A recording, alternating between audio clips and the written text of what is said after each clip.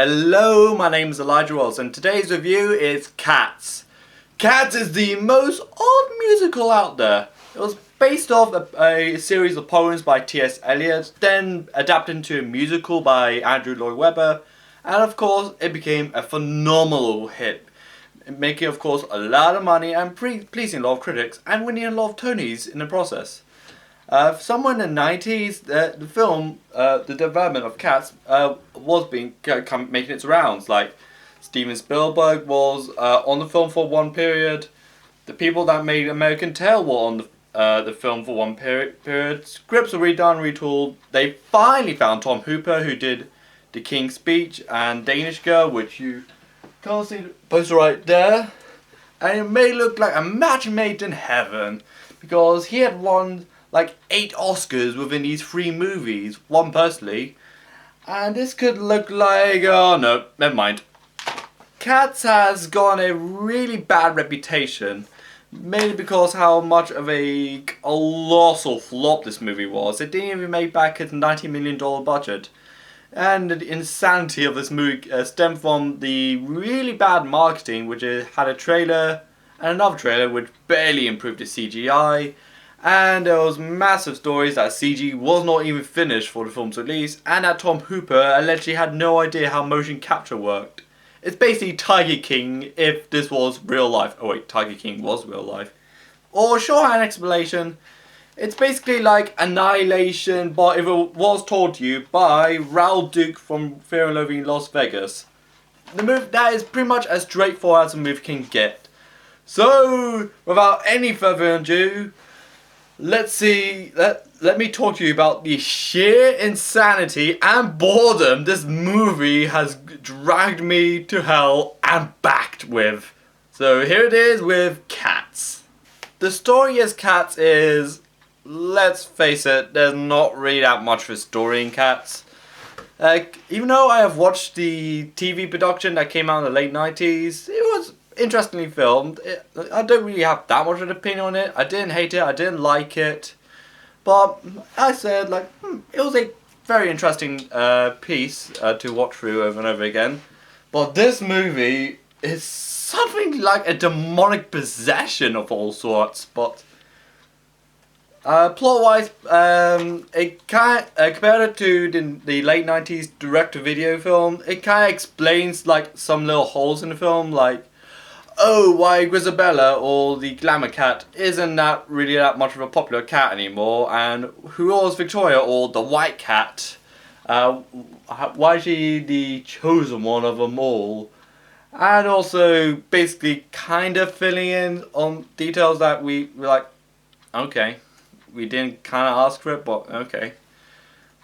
Yeah, I think if you've not seen the musical either through stage or the original film back in the late 90s, you are lost already. Like, because you had no idea how to plot it on your own. Like, it kind of relies on you to watch the watch the play before watching the movie, which of course it was a reason why the film flopped with box office and did poorly with critics. Short explanation: the plot is Jekyll cats dancing at a milk bar, they go to their heaven-side lair. Yeah, the movie's more clouded and more hard to map out, more hard to pin down than Kanye West's discography. It's kind of a bit more all over the place. Now, for the other big criticisms in the movie I have, usually around the visuals, the editing, and the cinematography in the film. Like, I have a bone to pick in all these 3 categories. Like, for cinematography, it's particularly in the earlier scenes and some scenes scattered around. Like, the green screening is so obvious in the film. Like, in certain parts of the film, like, you can tell that the little rigidity outlines of characters. Like, okay, you clearly did green screen on that. And then there's this really dumb colour scheming where I think it's definitely mostly in the first 10 minutes of film, where it's all like really bleachy bloody red shades. Like, it just looks too smushy, too boldy on the characters. Like, I felt like it's just overly emphasized on that, just making the movie look not that neat to look at. The editing wise, yeah, it feels like what the editing was either just amateurish or looks like a live sport event where we just had some really random quick eds. Like this musical consists of some incredibly weird editing, particularly in dance scenes. Unless if it's like the Oscar-winning Le Mans '66, which won the Oscar for Best Editing, Melly had to do some really tight editing around the race cars and try and give it the feel that it's like live sports, like Formula 1. But this one, I kind of don't understand where the editor was going for this one. Like, there was editing there, long head, short head, short head, short head, short head, long head, short head, long head. Like, this movie, it was like someone, like, he was like kind of rushing it, to be honest. And then the CG, like, the CG in this film looks cluttered at best, looks unfinished. Like, I feel like they were just rushing it. It was made apparent that the director, Tom Hooper, allegedly had no idea how motion capture works, so the visual effects artist had to work around his really vague advice how to improve the CG, and it really goes to shows. Like, I think he previously directed any films with CGI, like Les Miserables, where they must have used some CGI there, mostly for like backgrounds and seascapes. But here, I think it was like a step too far for him, like a bridge too far, may say. But it's like saying you wanted to make an indie film like Drive, but you wanted to make Tron Legacy as your next movie. It's kind of a bit of a jump, to be honest. Like, you better want to work your way up. It kind of reminds me of the Anteater sketch from Monty Python, where the board accountant wants to do lion taming. It's like, it's a bit of a jump to do that as your next film. This cast list is so insane that I have to have a DVD out in front of me to remind me who's, and also just to critique each and every one of them, or kind of give positive feedback about it. But knowing this is a car crash, it's mostly going to be negative feedback. Also, nearly forgot to say, the pacing in this film is pretty long. Like, it kind of goes on for what felt like an eternity. Like, some of these songs, I swear, go on for like 5 or like 7 minutes. Or they're the original song, but really slowed down, or had to stop for like an interruption, or just played more loopier or more orchestratorily all over the place than the original. Like, the musical of this one, the music is kind of more not as focused as the original, but yeah. But the cast, time for a massacre. For the cast, starting with James Corden. When my dad was watching this film with me, and when watching on TV, and when he was like, "Wait, is he the carpool guy?" And I said, "Yes." Is that a good thing or bad thing? I was like, "Really bad thing." Dad was like, "Really bad thing." And my dad watched his entire part of a film, and I've never saw my dad look so dead in the inside. He basically watched the Buster Jones scene, and he was like,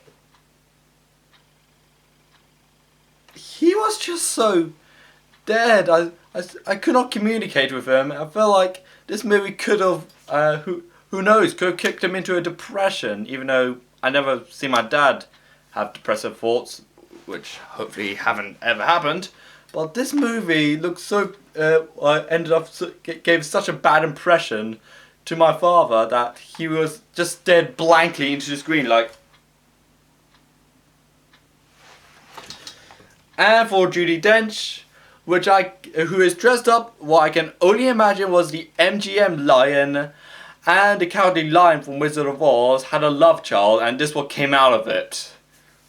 And her scene at the end where she does this really out of nowhere 4/4 break, where she stares at you unblinkingly, and the importance of cats, and this felt like an interrogation. This movie could have gave a lot of people anxiety for meeting celebrities. Like, hello, this is I know this is creepy. Look into my soul. And there's Jason Derulo, who's there, and he flashes himself to Rebel Wilson. He kind of left a minimal impression, the more I think about it. And there's Idris Elba, who plays McTivity in the direct-to-video film from the late 90s. We never knew McTivity until like the final third of the film, where he is finally revealed to the audience. For the movie, he appears in the first 5 minutes like, "Hey, I'm the bad guy, duh." And he appears every now and then, which kind of removes the mystery of the original and of his character. And it kind of just dumbs his character down, but his eyes and his stare is like, "Hello, I can..." And he does magic for some reason. And also, his green eyes single-handedly, and his green eyes and him staring at the cat, and the shot saying, "I'm loving it." That single shot was more terrifying than the ghost scene from Parasite or the talk show scene from Joker combined. Like, that shot saying, "I'm loving it," with that really bright green eyes, like, it's almost like I'm looking at a monster rather than a cat. Come to think of it, they're not even cats. They look like an alchemy project involving chimpanzees, or a hybrid gone wrong involving chimpanzees. Like, this movie's driving me to the edge of insanity. And there's Jennifer Hudson, who does a really good rendition of Memory, but acts like most of the time that she's really fed up with the movie and just wants to go home. Like, what? Like, what do you want from me? Like, what do you want from me? Like, I think that was her performance. If there was more improvisation involved. And there's Ian McKellen, who does the best Mr. Gumby impression from Monty Python. There's Taylor Swift, who you have to wait for like a very long and pasted hour and 10 minutes for her music to come, but she's only there for like 5 minutes until she like mysteriously disappears. And there's Rebel Wilson, who just adds to the overall cringe factor of the film.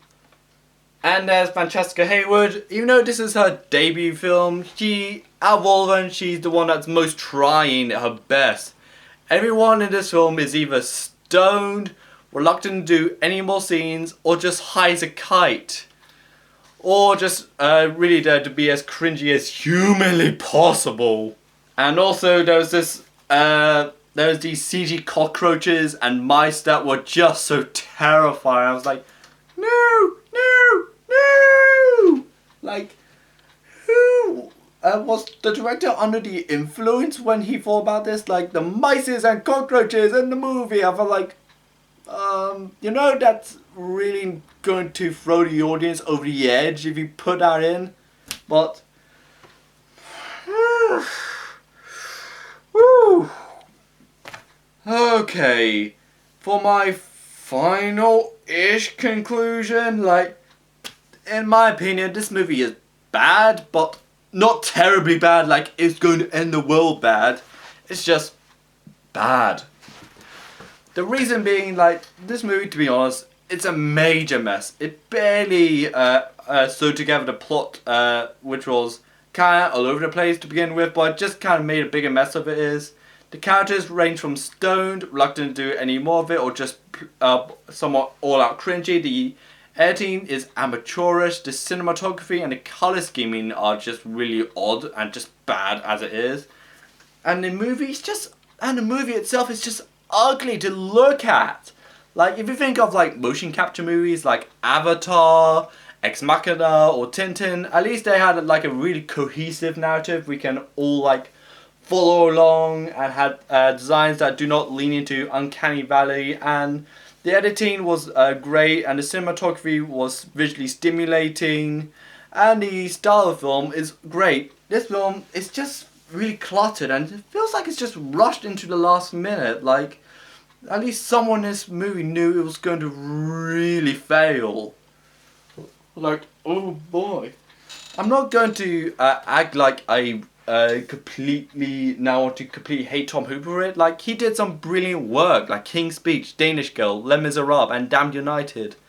from a director who could have been the most celebrated director of the decade, ended up being now the most controversial director of all time now. And my final opinions on this film, go and watch it, because I can't want to see your own opinions on this train wreck or disaster piece of a movie. It doesn't dwell into like new territories of awful, like, I don't know, one of my least favourite films being either Georgia of Jungle 2 or Space Gems 2, or isn't as irritating as Jack and Jill. But I feel like it kind of takes itself a little too seriously to be that level bad. All in all, this movie, just to wrap it up, it's basically Annihilation, but if it was told you by Raoul Duke from Fear and Loathing in Las Vegas. And if I can give this a rating, it's a 3 out of 10. Like, and I just hope Tom Hooper can do like better work than this. Like, just hope this is just a fluke, or just not hope that it's going to be in like an M. Night Shyamalan phase where he has such an incredible filmography that he just made crap. Then maybe do a comeback, or this movie could like kill his career off. Like, this is Elijah Wells, and please, bye.